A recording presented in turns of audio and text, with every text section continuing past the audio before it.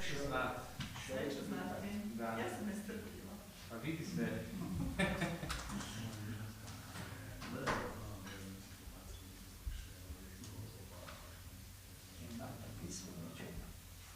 A nam se kaj napisal nešto?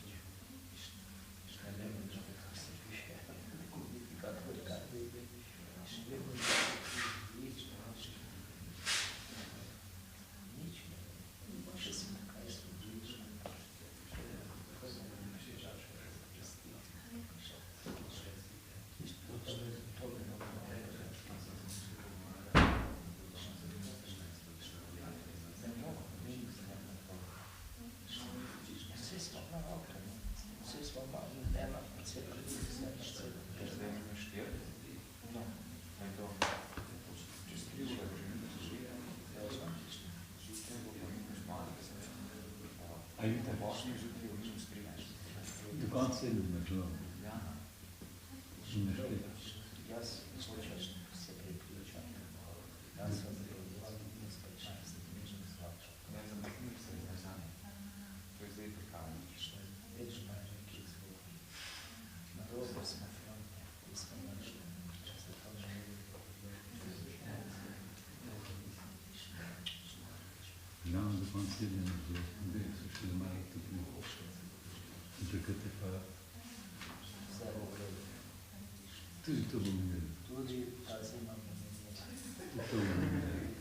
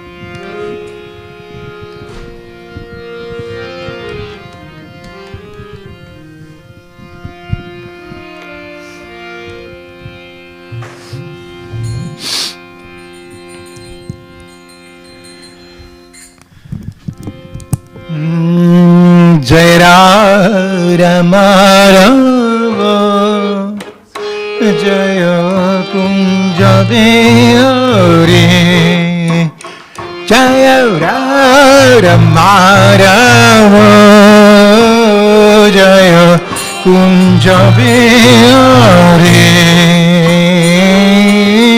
Kopijana Balaba Jaya Girivaradari Jaya Girivaradari Kopijana Balaba Jaya Girivaradari Jaya Girivaradari Yashodanandana Jaya Bhrakajana Ranjana Jaya Bhrakajana Ranjana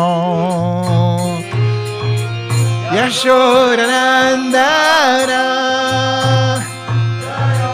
Bhrakajana Ranjana Jaya Bhrakajana Ranjana Yamuna Tira Manachari Jaya Kunja Bihari Yamuna Tira Manachari Jaya Kunja Bihari Yamuna Tira Manachari Jaya Kunja Bihari Yamuna Tira Manachari Chare Jaya Kunjabi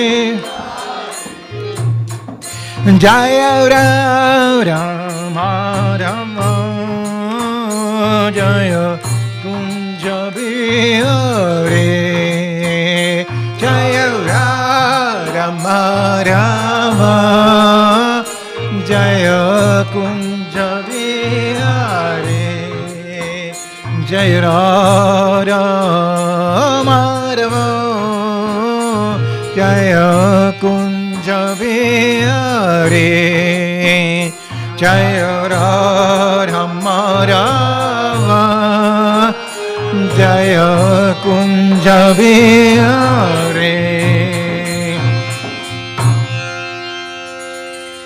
Jai Om Vishnu Para Paramahamsa Parivrakachahja Astatara Sata Shri Srimad Divine Grace A.C. Bhaktivedanta Swami Maharaj Srila Prabhupada Ki Jai Ananta Koti Vaishnav Vrinda Ki Jai Namacharya Das Thakur Ki Jai Prem se ko Shri Krishna Chaitanya Prabhu Nityananda Shri Advaita Gadadhar Shrivas Adigur Bhaktarinda Ki Jai Samaveda Bhaktarinda Ki Jai Gaur Preminando All glories to assembled devotees, all glories to assembled devotees, all glories to assembled devotees, all glories to Sri Sri Guru and Sri Gauranga, all glories to Srila Prabhupada.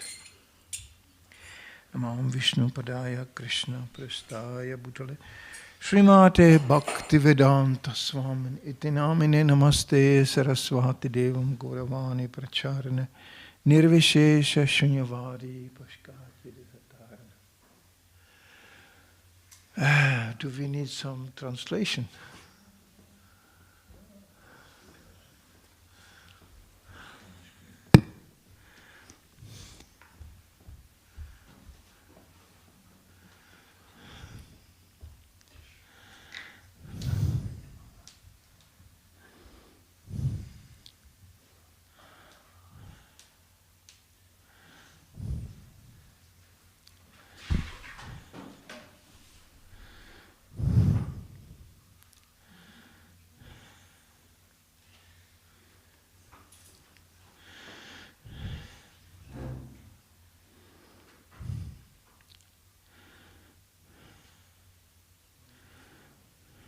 It's okay?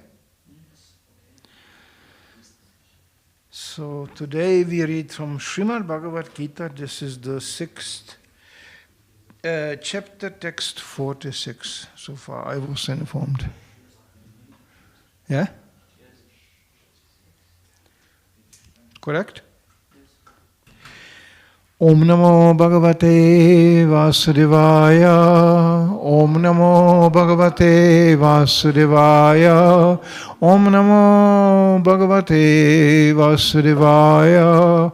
Om Namo Bhagavate Vasudevaya. Om Namo Bhagavate Vasudevaya. Om Namo Bhagavate Vasudevaya.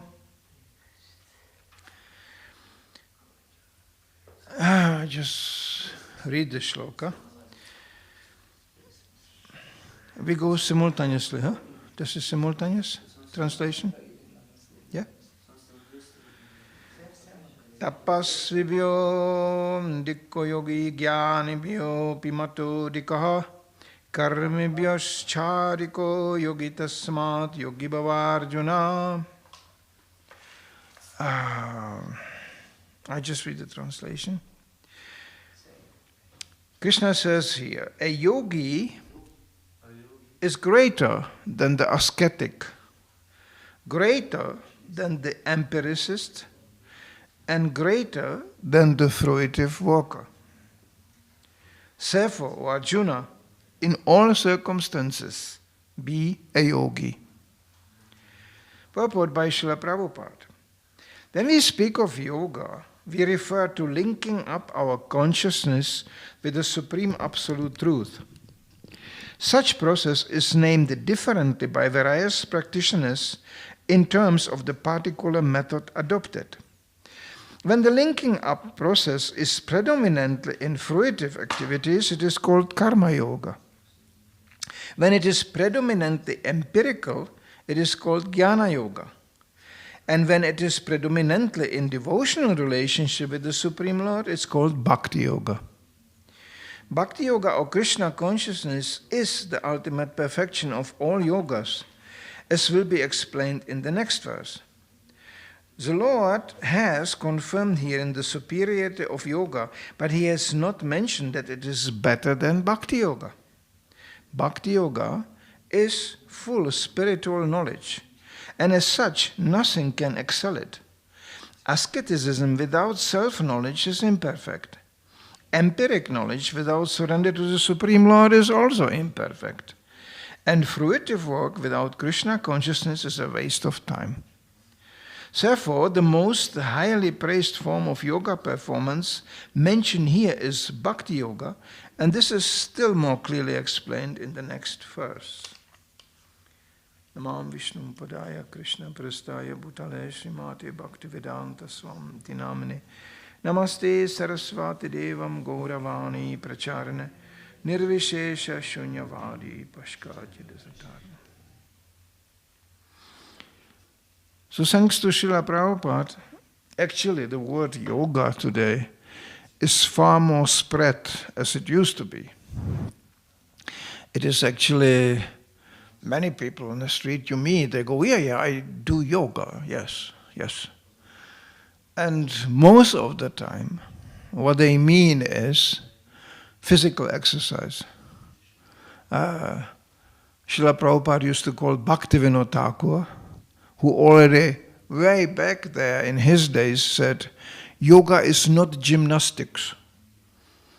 Because in India, we saw these yogis assuming various very complicated postures, very demanding, standing on one leg. And Prabhupada once described it always humorously, bending this way or that way, and different asanas, different seats. Or trying to control the breath. This is very important in yoga, how you breathe. It is described later on to control the outgoing breath into the ingoing breath, which is very difficult. You choke practically when you try to do that. But yogis do so because actually by breathing we are dying. This is actually designed, this body, in such a way that by karma we have a certain amount of breath there. And then on a certain point, finished. Bye-bye. As my god brother Pritu said, we will be all switched off. That's it. So yogis do a trickery. They actually minimize the breath, and this way they actually prolong the lifetime. Less breathing, longer living. The question is, what's the use? And we don't see it much, especially in a Western society, people being drawn to asceticism. Where is the asceticism in Slovenia, Yeah. You go to you go to Slovenian mountains, you don't find some people sitting there summer, winter, in the snow. There are pictures of yogis still today in Himalaya doing this. In a snowstorm, completely snow-covered figure, and he is just meditating. Sustaining the not only the breath, but keeping the body at such a temperature which it's just surviving. The bodily functions are turned down to minimum. The question is, why are they doing this? They know tapodivyam. By tapasya, I get not only knowledge, they hope to get knowledge, but strength. We know the tapasya of Hiranyakashipu, what he did. It was so ferocious, that he gained power to control all three universes, all the three worlds. It was so ferocious that Lord Brahma had to come down and ask him, what do you want? He was sustaining at the end his life air just in the skeleton. The body was eaten away. You try to do this, therefore for us it's unthinkable. We get a little needle in a finger and we go, ow. And yogis they disconnect themselves. They all know one thing. We are not this body. They know that. That realization, a real yogi knows, I'm not this body. So he controls and utilizes the body for getting something. That mentality in itself has nothing to do with Krishna consciousness. We didn't join to Krishna consciousness to get something material. Wrong idea. And it's obvious right away from the beginning. What do you get in Krishna consciousness? Materially spoken. Prasadam, that's Prabhupada said, that's the only real enjoyment, even materially spoken, what they have. But even that is spiritually motivated. Even unknowingly accepting prasadam, there is some spiritual benefit. But usually people go, oh, this tastes good, yes, this tastes good. We are actually, in some countries like Czech Republic, we are a restaurant movement. We are Govinda's restaurant movement. Even you go out and distribute books, they go, Hare Krišna. Oh, Govinda's, yes, I know, very good, very good. It creates kind of good taste, all this. Now this is all still materially motivated.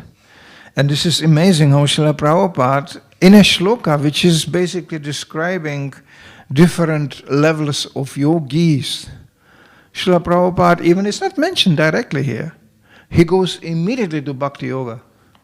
Srila Prabhupada immediately goes to the real yoga. And this makes his Bhagavad-gita exceptional. Because there are people who will argue even on the basis of Bhagavad-gita, I feel I am more like the Jnani yogi, yeah. And I am the Karmi yogi, yeah. And as long as it's linked with Krishna, it's encouraged, sure, yeah. But it's unnecessary. Prabhupada compared it going up the skyscraper. You can do it on a staircase. So that's this kind of yoga. Step by step, you can make some progress. But he said, but Krishna consciousness is an elevator. You just go in, Hare Krishna, Hare Krishna, Krishna Krishna, Hare Hare, whoop, and you are on the top floor. Provided you are chanting purely. There is different levels of chanting also. But still, chanting is the process how to get fast up. So fast that some people stop. You know why? They get dizzy. They go up, and they go, whoa. This is too fast. And then they turn back and settle in a more pious situations. Artha, Dhamma, Kama, Moksha means there is austerity, yes. In expectation of sanskritification, some sort, nice, regulated sanskritification. They know unregulated sanskritification is very easily painful. Eating, sleeping, mating and defending in unregulated way, you suffer very fast. So they want to take it piece by piece in a pious way. God, thank you for the food, give us our daily bread. God, thank you for the nice wife. God, thank you for the nice husband. God, thank you for the children. Give me this, give me this, give me that. Thank you. They already understand these things come from God. That's good, but it's not the end. And all mundane religions are motivated in this way. Krishna consciousness is not a religion. Amazing, isn't it? How can we say that? Well, because Krishna says in the end of Bhagavad-gita, give up all the religions. You know how revolutionary our books are. God himself is speaking, give up all religions. Wow. The atheist will be shocked. Did he say that? Yeah, he said this. But then he says, just surrender to me. That's Krishna consciousness. No need of any other austerity, invented austerity. And then there are devotees who have, from previous lifetimes, they are drawn to these things. I can give you, not names, but I can give you regions where this becomes very popular. You want some austerity? I invite you to Russia. They love it. Ekadashi, full fast. No water drinking on Ekadashi. Prabhupada didn't say that, but why not? Sure. What is the meaning of the Ekadashi fast? To save time for more devotional service. And that's a little bit neglected. You are fasting for the sake of fasting. I give you a practical example. Don't copy this. This is from Prabhupada's servant. Hare Krišna, once he told me that. He said, Prabhupada, I am your servant, but every Janmashtami, I am finished. All this fasting and no water and nothing. And Prabhupada noticed he's not functioning really. He was like, I said, what's wrong? He said, well, Prabhupada, I cannot take this full fast like this, the whole day, and serving you simultaneously. And Prabhupada said, you cannot serve me. No, Prabhupada, I'm finished. Then Prabhupada said, then eat something and serve me. Oh, thank you very much. There was even a scene, another devotee, another lover of asceticism. No sleeping. No sleeping. Hare Krišna, Krishna, Krishna, no sleeping. So he ended up standing next to Prabhupada in a lecture, fading him with chamara, the air. That was a very popular service, of course, be so close to Prabhupada. Prabhupada was lecturing, and then he noticed the man with the chamara was coming in closer and closer to me. The chamara was coming closer because he was falling asleep. So Prabhupada stopped lecturing. The devotee was already asleep while standing. He didn't notice even, he doesn't speak. He was just... And then he realized, this is silence. So he woke up, and Prabhupada looking at him, just like this. And he was like, oh, I'm sorry. Prabhupada said, go and take rest. And that was a really welcomed instruction. Prabhupada said, you are tired, take rest. You are hungry, you eat.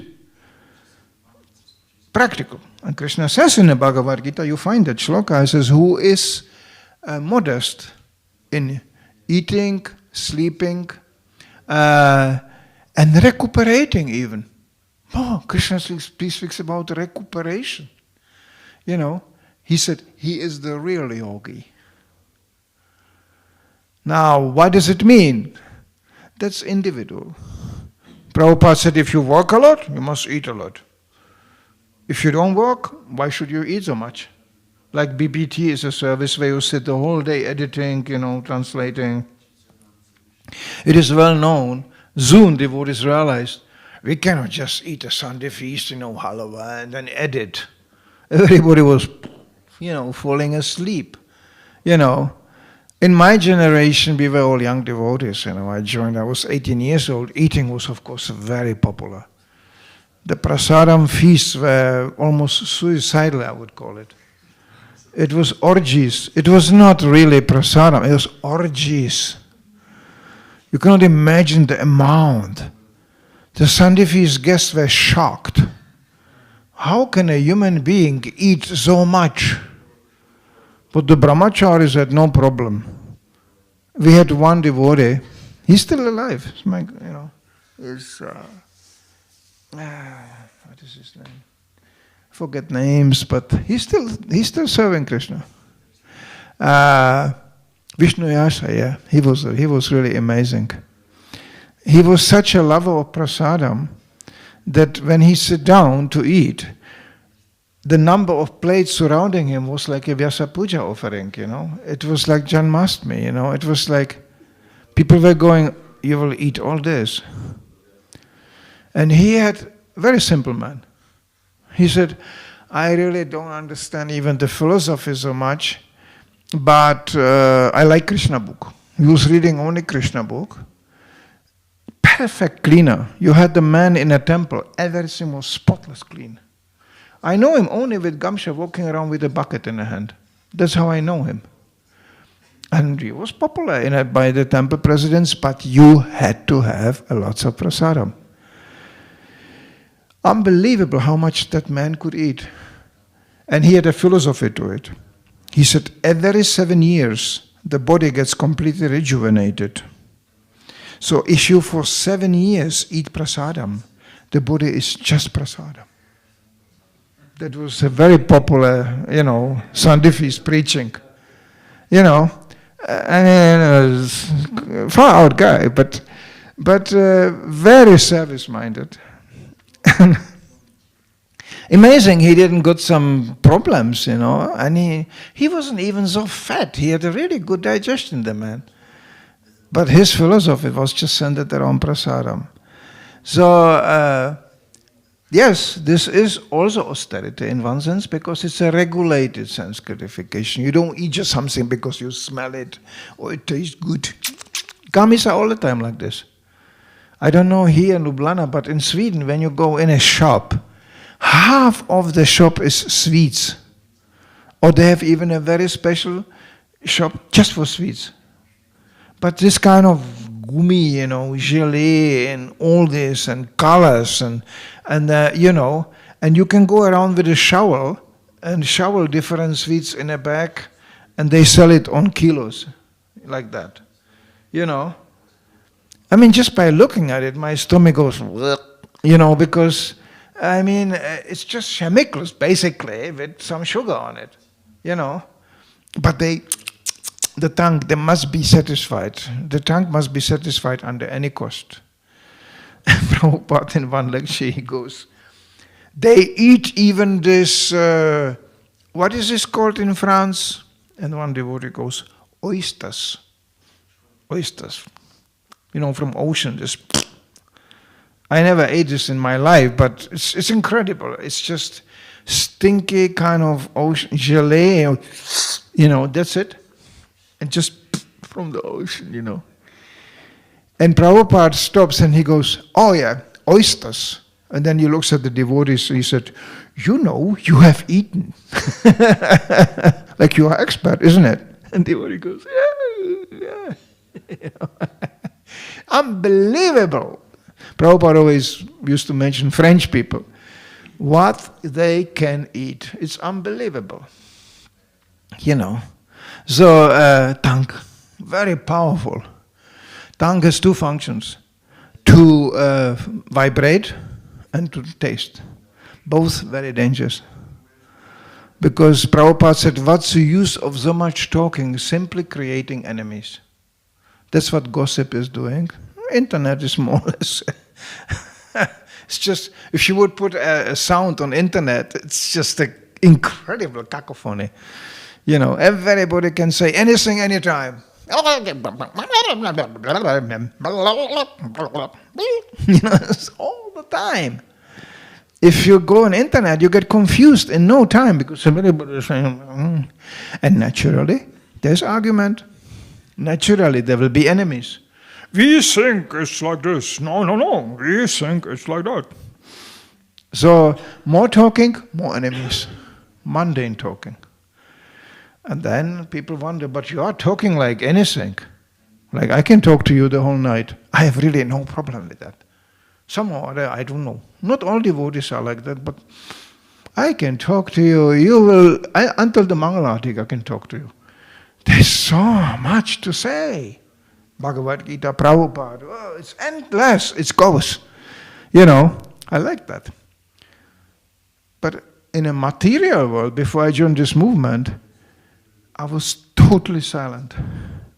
My parents were thinking, it's quite amazing son we got. No friends, nothing. I felt not kind of inspired. Sometimes boys ask me, you know, hey, let's have a time. Why you don't speak? And I said, about what? The girls. I said, so what? What do you do with the girls? Not much. Just talking, you know. Just talking. They're actually afraid of the girls. And I was honestly afraid of the girls, so I didn't want to even talk about them. It's not like I didn't like them. Of course I like girls. But it was too dangerous. It was too... They were for me like, There's two things I was afraid of, drugs and girls. And this was in my generation very popular subject to discuss. You know, both very intoxicating and unpredictable result. So I was going, no. Actually, girls are worse. They can reproduce themselves, you know. Drugs don't do that. So, you know, but very intoxicating. So, but the boys were just all the time. Sport. Climbing up, coming down. Climbing up, coming down. Why? Kicking a ball. Pang! 11 men running here, 11 men running there. Everybody, oh! I was thinking, why? Kicking ball? Why shall I do that? Oh, and the worst was skiing. Oh, winter. You go up the hill, and then in a few minutes you are down, if you didn't broke your leg. And I think this is enjoyment. Well, this is really tapasya for me. I was definitely too lazy for that. Just, and thousands of people doing the same, pushing each other. And there are accidents and broken legs and this. They climb again, and then, and that's it. That's all. You know, I found it extremely boring. Once they put me on a ski out of fun.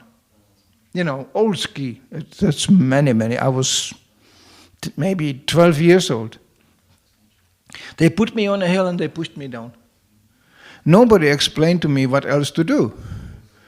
So I was going faster and faster and faster.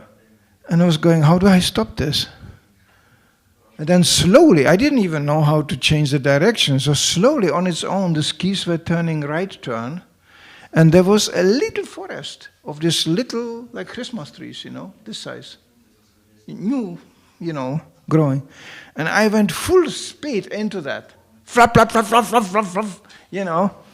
I came out of that bunch of Christmas trees with a completely scratched face, you know, and I realized how to stop because you just fall over, that's it.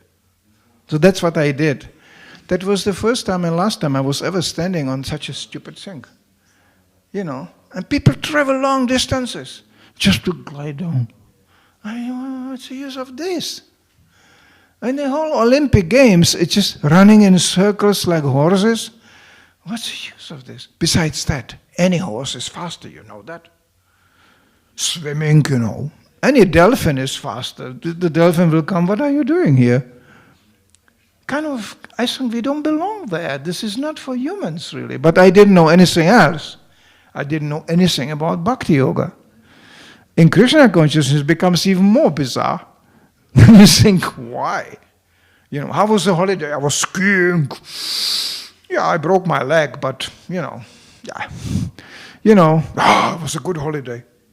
You go, and everything expensive, Oh my God, the hotels and the ski resorts and everything. They cheat you, they steal your money. And this is holiday.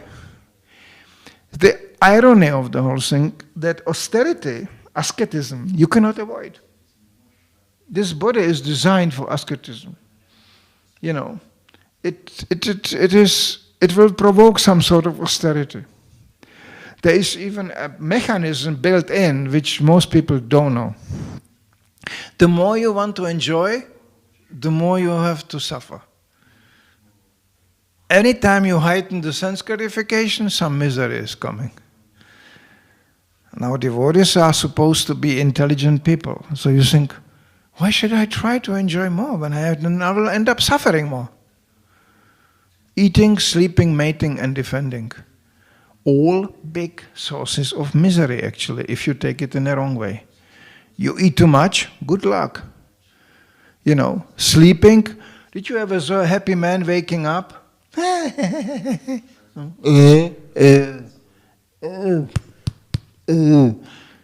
They asked one very, very beautiful woman, how can you manage to be always so beautiful? She just laughed and she said, the reporter, publicly, she said, you should see me when I wake up in the morning. That's not really beautiful usually. You have to go and paint yourself and fix yourself up, and then I go on the street, beautiful. Few hours later you sleep, you become a bunch of ignorance, you sit back, lying there snoring.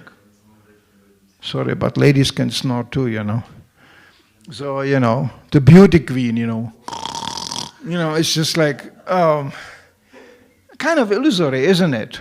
It's a really illusion, isn't it? So, so that's sleeping. Eating, watch people when they are greedy, when they eat. Not very nice. I used to manage 3 restaurants, so I know when people really start to eat.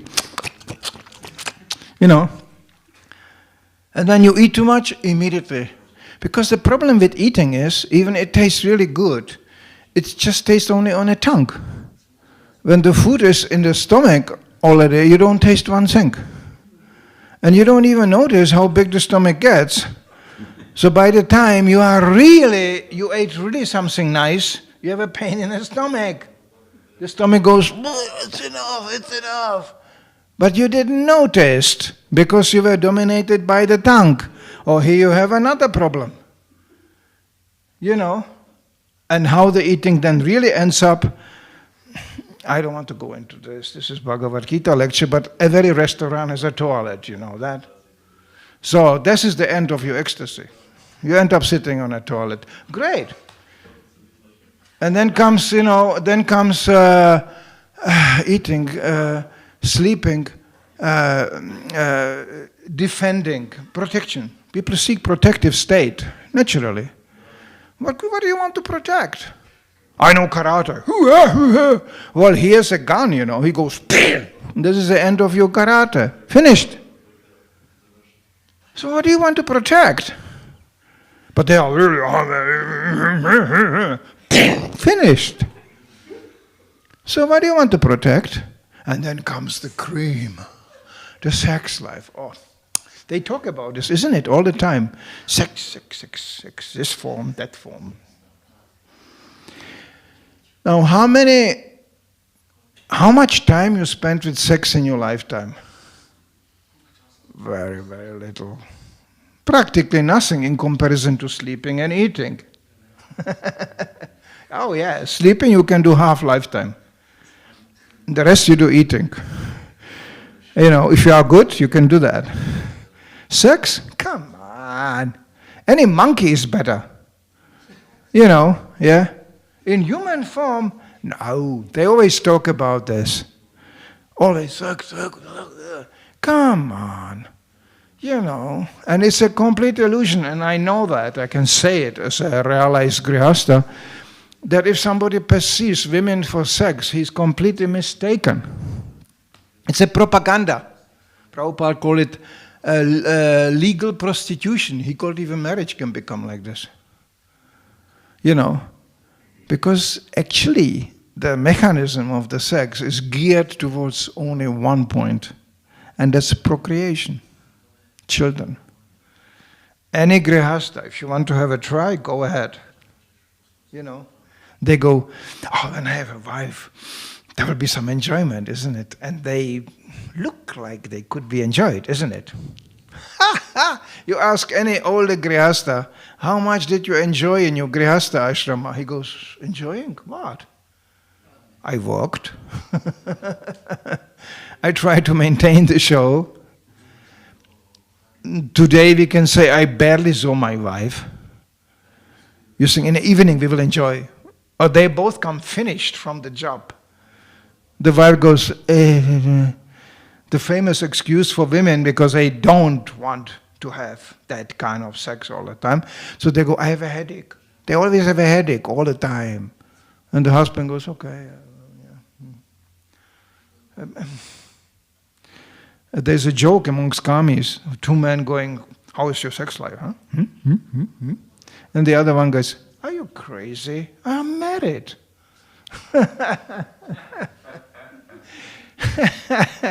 As soon as the children are there, all the sensuality of the lady, which is there, we don't argue with that.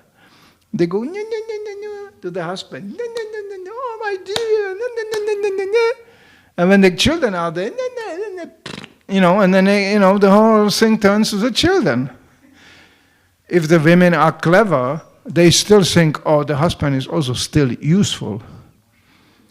I just met today a lady in a reception. I'm always saying a little bit too much detail, you know. In a reception in a hotel, that happens in Slovenia. I have to go to Slovenia for that. And actually it happens to me all the time. Kamis are telling me stories. I don't know why. Probably they think I'm harmless, you know. Before I got out of that establishment, from the lady on the reception, I got a whole life from her described. You know, it's educational to sometimes go, And they said, it's very important to have a husband because I have the house and somebody has to fix it. She didn't spoke anything about sex. No. You need a husband because he has to work and fix the house. That's it. So you need actually a maintainer, janitor, you need somebody who brings the money. The sex, come on. You can buy sex on the street, you know, what?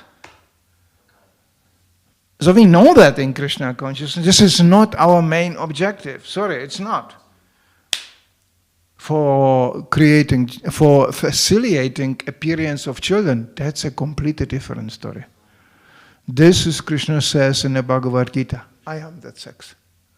That's me. Prabhupada was very upset when they told him, you are the Krishnas, you are destroying family, you are destroying sex, you are destroying fun, you know. He was accused also like that. Prabhupada said, what do you mean? We propagate sex. He says in the lecture, but it's the Krishna sex. And then when one morning walk, one brahmachari said, Prabhupada, how does one really have sex in Krishna consciousness? And Prabhupada was completely relaxed. He gave him a detailed description how to have sex in Krishna consciousness. After he was finished, the brahmachari said, then what's the use? And Prabhupada said, this is a very intelligent boy.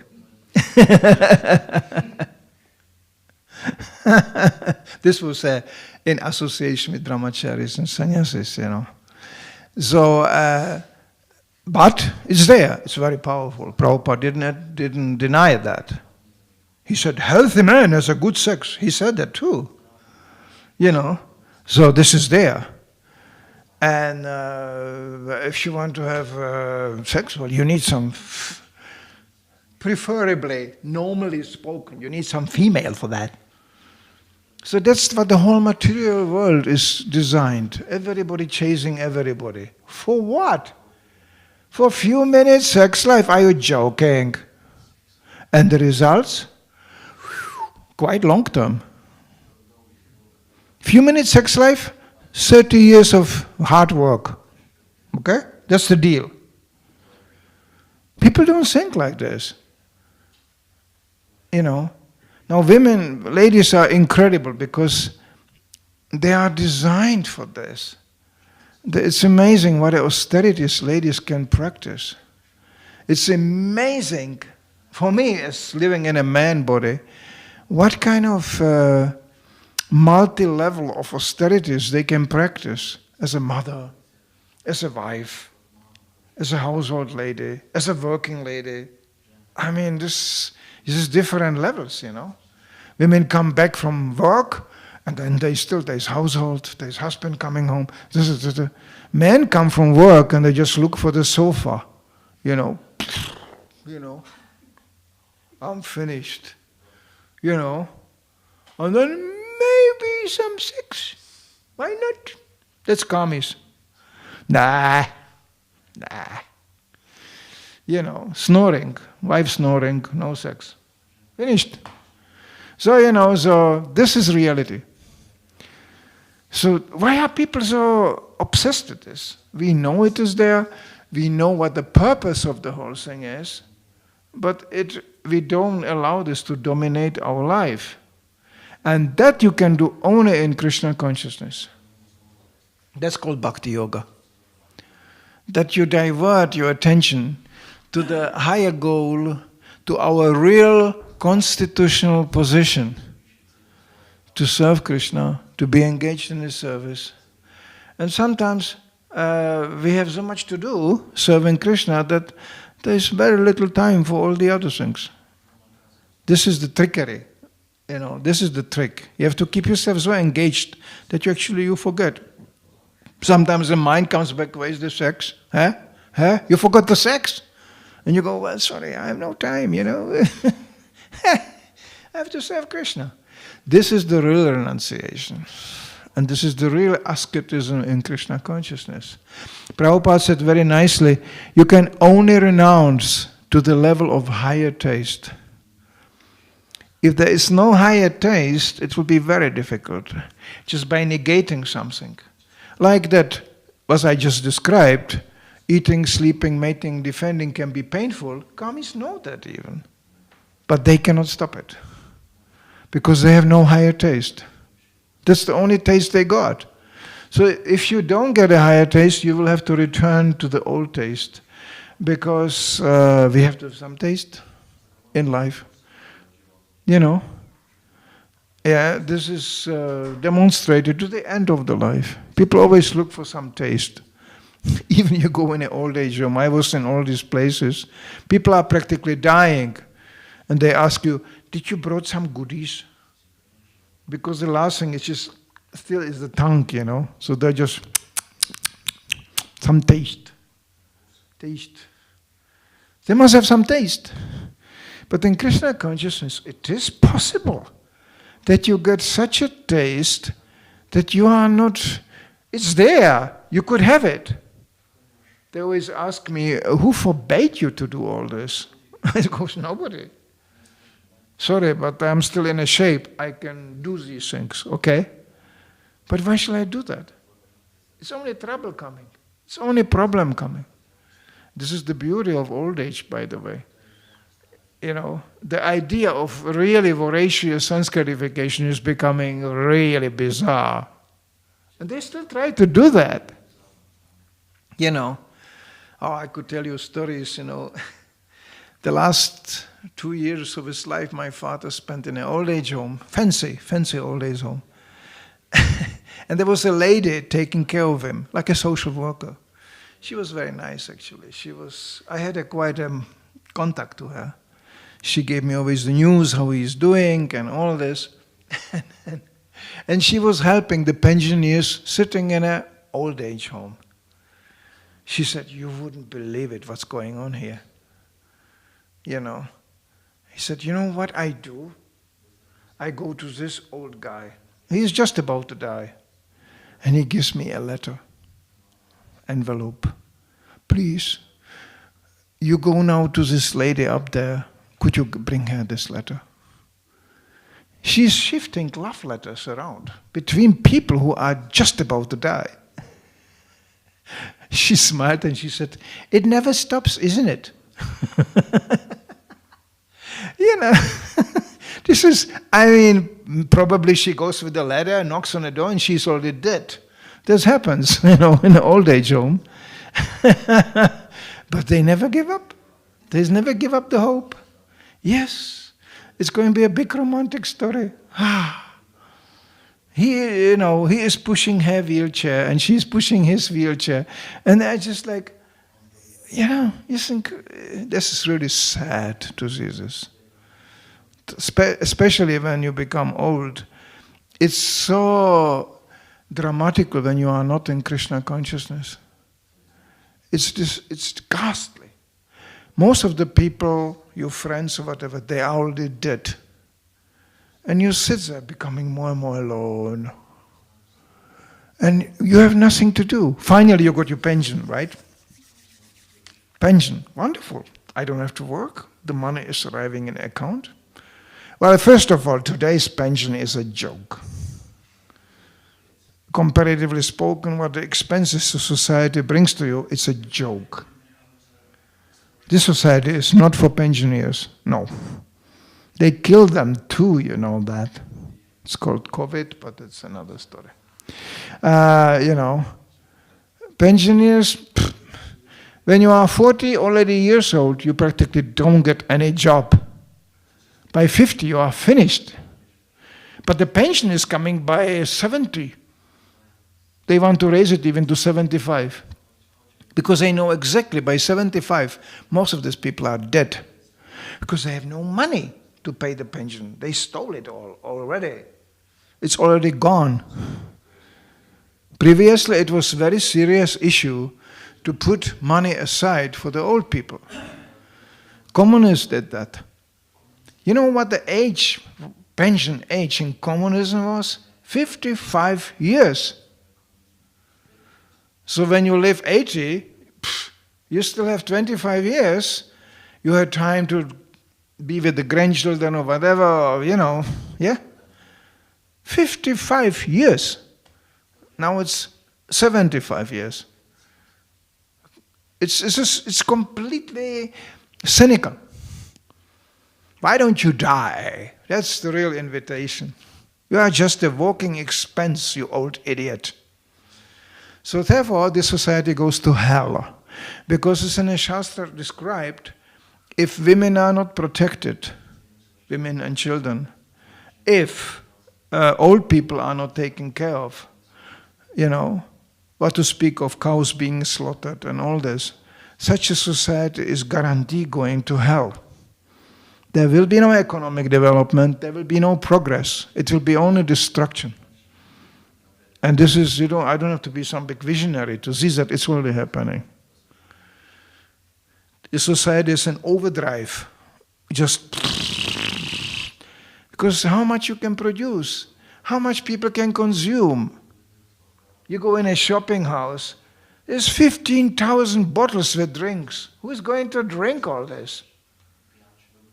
There's every half a year new car models coming, more and more worse, more and more cheaply done, useless cars, and they just, new car.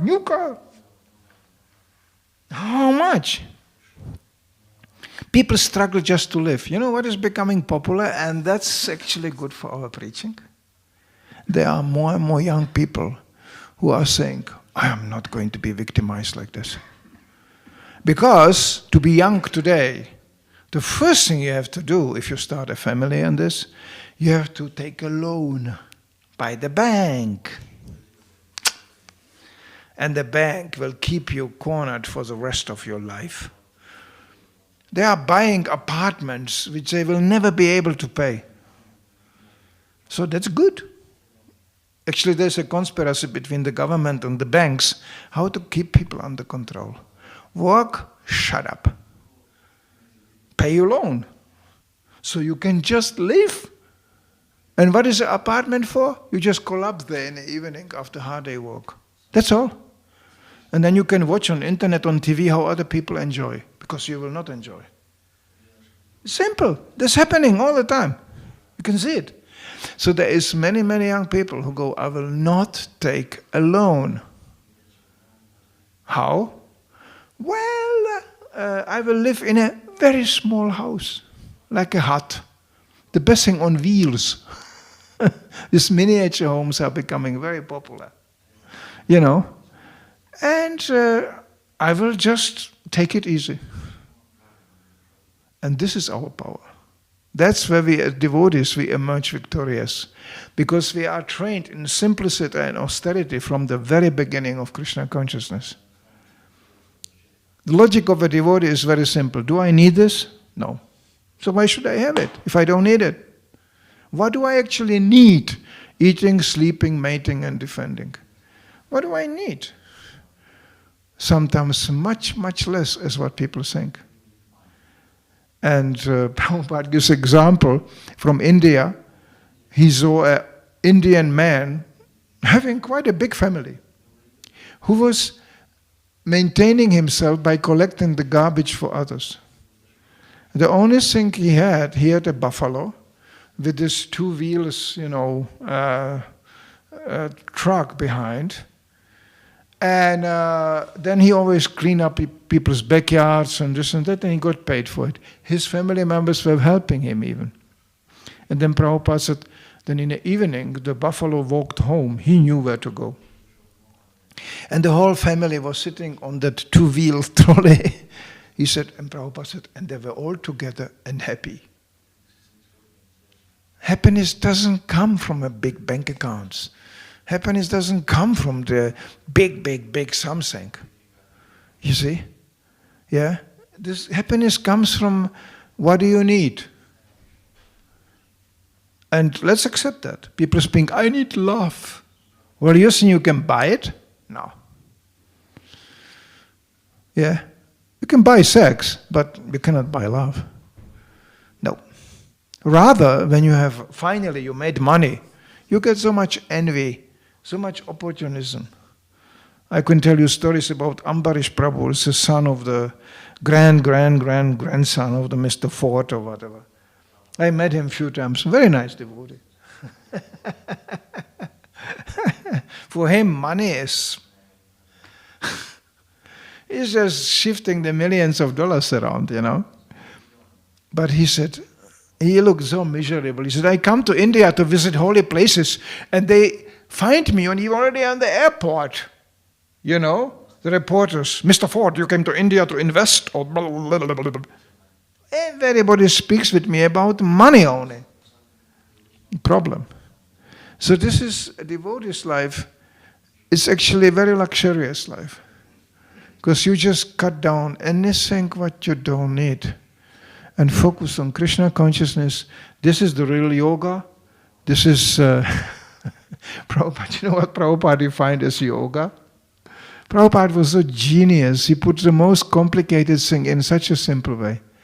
He said, yoga means 1 and 1 is 2. That's yoga. That means you serve and unite to Krishna, and then you are in yoga, bhakti yoga. You connect yourself to Krishna. You are already connected, but you forgot. So, so you rejuvenate the relationship. That's the real yoga. And that brings some level of asceticism, some level of austerity. All is there, but in a very regulated, pleasant form. Come on, are we austere people really? Look at this. I mean, it's nice here, isn't it? Kamis don't have it. They think this is the Hare Krishnas, monks. They don't. They are austere.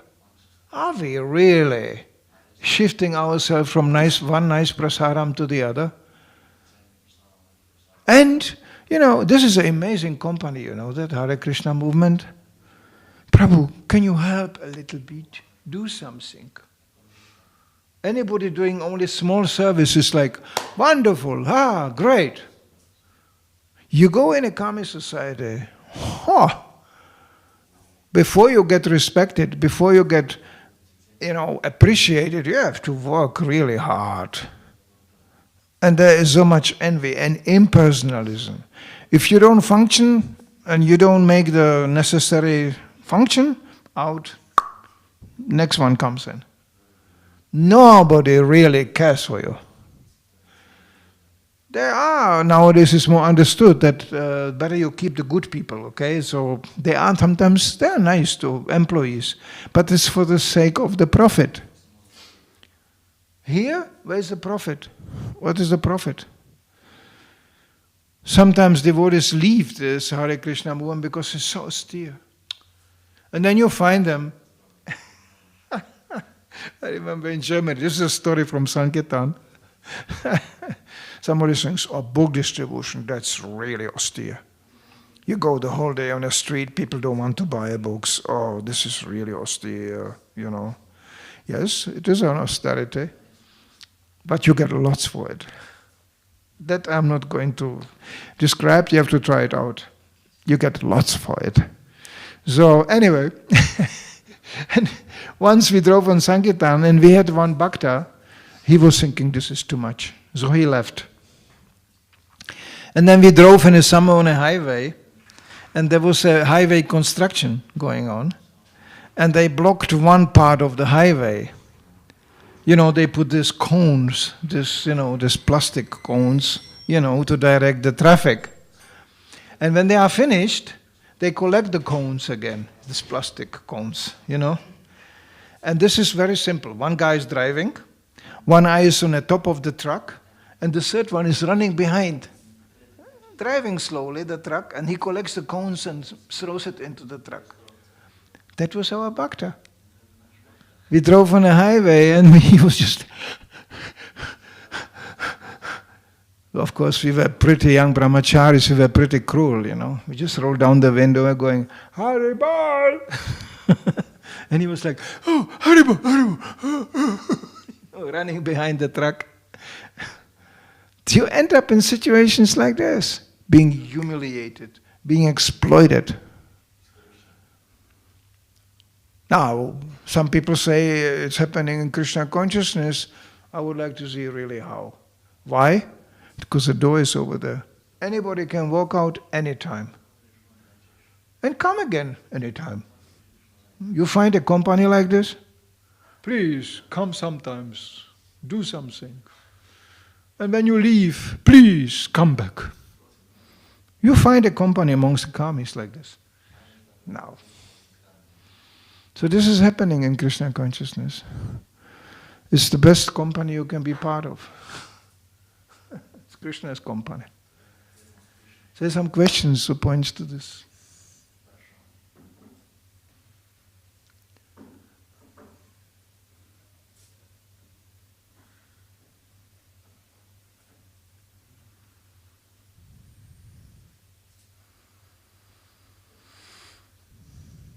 There's even people who come and say, you cannot be yogis. You are not yogis. You are dancing, singing, eating, feasting. That's not yoga. It cannot be yoga, come on. No, this is, Krishna says, the highest yoga. I'm more like new here, so it will be like a basic question that maybe everyone... Don't hesitate to scream at me. Don't hesitate to scream at me. Scream, okay. I was wondering how the sacred text was narrated, how this all come down like from God into the text form. How, what? Yeah, microphone is good. Yeah, like the information is, how did it come into the written form? Yeah, how is descending the information about God? Yeah. Well, there's a precise system for that. By God himself. God has his own transmission company. It is transferred down by empowered transmitters. The original word of God is transmitted by empowered teachers who do nothing else as to reproduce God's words. They don't add anything, they don't change anything. They just say, God said like this. This is called Guru Parampara. Parampara means succession, line. Of course, you can say, but this can be kind of compromised, isn't it? There are people, we have our own opinion sometimes, and things can change. It can happen, but then it's not anymore functionable. It gets distorted. The sound gets first distorted, and then it becomes some other sound. That happens regularly. So Krishna himself sometimes has to come and put the amplification back again on the right track. Therefore, Bhagavad-gita is spoken repeatedly, not only once, but again and again and again. Krishna appears in various forms to preach the same knowledge. And whoever takes it, therefore, maybe there are many versions of Bhagavad-gita published already, but this one has something here as it is. You may wonder why to write this as it is. Because there are many Bhagavad-gitas as they are not. So to point out, now this is as it is. Why? Therefore Srila Prabhupada insisted that it's an original text translated into Latin, word by word translation, and the purport to it, which is based on statements of other spiritual teachers. So we don't speculate in Krishna consciousness. Some people think, yeah, but what is your opinion? Don't you have any opinion? Yeah, this is my opinion. You make Krishna's opinion to your opinion. And you will find out, hey, this is nice. I don't have to speculate. I don't have to defend my opinion. You know? No, people do it all the time. I think, I believe, in my opinion. I don't have to do that. By the way, this is the real definition of neutrality. I mean, people say, oh, I'm neutral, I'm liberal. No, they are not. Because they will always attack somebody from their own point of view, subjective point of view. We don't have that. We are really neutral because we just repeat what Krishna said. I'm neutral. Myself? No, here. This is real neutrality. People have a hard time to understand this. But we don't present our own thing. And suddenly you realize, oh, this is nice. Such an easy life. I hate what you said. Well, then ask Krishna about that. I don't know. Please, talk it out to him. You know, like Srila Prabhupada, he was a perfect example of this. He said sometimes very demanding things. People got upset even. You know, yeah. And he said, I'm just representing what Krishna said. It was difficult to argue with that. So this makes life so easy. I spent my whole life before I joined this movement with speculating. I was pretty good at it. I met other boys and we could speculate the whole night. We forgot to sleep. We were just, I think, you know, and could be like that. Maybe it could be. Wow. You know, I'm coming from an artist community, then it gets really crazy. You know, and I'm coming from a generation of people who, if they couldn't speculate enough, they took some drugs and then they really got foul ideas. You know, so, you know, I never did that. I was thinking, this is getting too crazy. But I could speculate on my own. I didn't need any drugs. But I became more and more miserable. You know, I just said, My whole life I will think, imagine, hope. It could be, maybe. It could be. And I was thinking, but I became so miserable. And there was always others who were going in a different way. Well, maybe it could be. It could be also like that, isn't it? Maybe. And this, I felt like, this is such a misery. And then I met devotees who said, you know what? This is just products of your mind. You're just thinking. And what are you thinking? They blame us that we are repeating all the time the book and what Krishna said and this. Well, you will end up repeating also. When you ask people in Germany, I grew up, I'm not a German, but I grew up in Germany in Krishna consciousness. And Germans are very, I think, in my opinion. And I said, well, what do you think about Hare Krishna movement? No, it's bad, because I think, in my opinion, and then comes a quote from the TV, from the newspaper. Those days there was no even internet. I grew up without the internet. So, but everybody, I said, yeah, that's okay, but that was in a TV. I know that. That was in a newspaper. I know that. What is your opinion? Well, my opinion is, and came another quote. Until I realized they don't have any opinion. This society is designed to take away your opinion.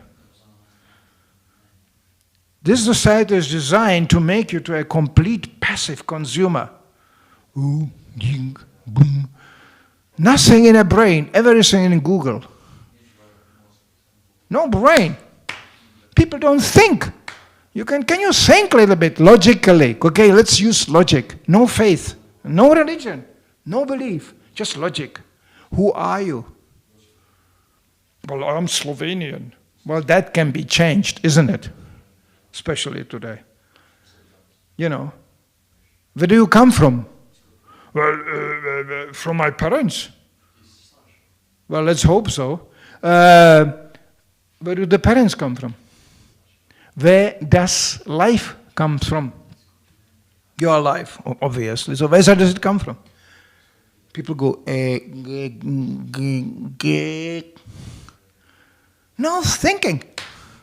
And why are you dying? Do you want to die? Because there are some people say, yeah, I want to die. They are lying. No, they are lying. But let's say, so you don't want to die. Why do you have to die? You must. Who arranged for this? Who arranged all these amazing things happening out there? Did I shovel now the snow in Ljubljana? Did I do that? No. I just have to go with the shovel and go, I hope it's not more coming down. I was yesterday driving, in hope I will come to Ljubljana. No, I didn't. I come to Maribor, they closed the highway. So what can I do? Nothing. Completely helpless. So this is, if people would think logically, they will start to ask questions. I'm very happy you ask a question like this. It's a very good question, actually. It's a very, very good question.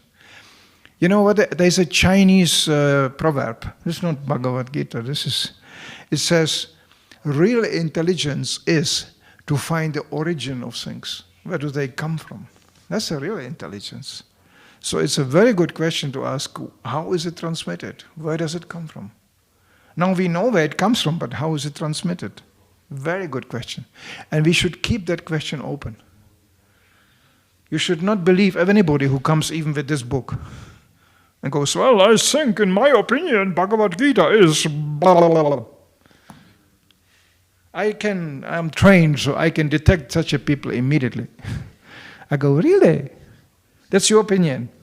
Well, sorry, then in the Bhagavad-gita is also this, and this, and this. I can smash anybody with this book. And I'm not a big intellectual, not at all.